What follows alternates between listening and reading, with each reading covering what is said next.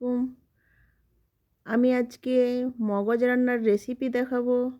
এখানে আমি 2টা মগজ নিয়েছি, গরম জলে ভিজিয়ে রেখেছি। এবার উপরে যে পর্দাটা আছে মগজের, ওটাকে আমি ছাড়িয়ে নিব।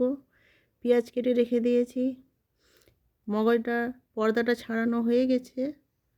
এবার আমি গ্যাসটা অন করে কড়াইটা চাপিয়ে দিয়েছি। কড়াইটা গরম হয়ে গেছে, তেলটা আমি দিয়ে দিয়েছি। তেল গরম হয়ে পেঁয়াজগুলোও দিয়ে দিয়েছি আমি। এবার পেঁয়াজগুলোকে ভাজা ভাজা করে নেব। ভাজা ভাজা করা হয়ে গেছে। এবার আমি আদা রসুনের পেস্ট দিয়ে দিব। এর মধ্যে লবণ, হলুদ, জিরে গুঁড়ো, ধনে গুঁড়ো, লঙ্কা গুঁড়ো সব আমি দিয়ে দিব।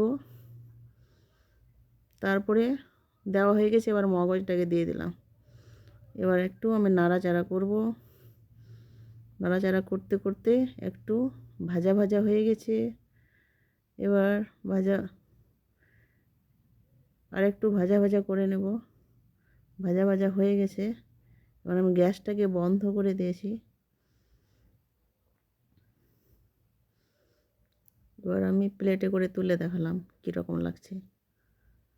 5 মিনিটে আমি মগজ রান্না করে দেখিয়েছি। এভাবে গরম ভাতে খেলে পরে খুবই মজা লাগে।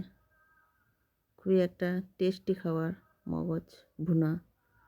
আমাকে তো খুবই ভালো লাগে। এখানে ভিডিওটা শেষ করলাম। আল্লাহ হাফেজ।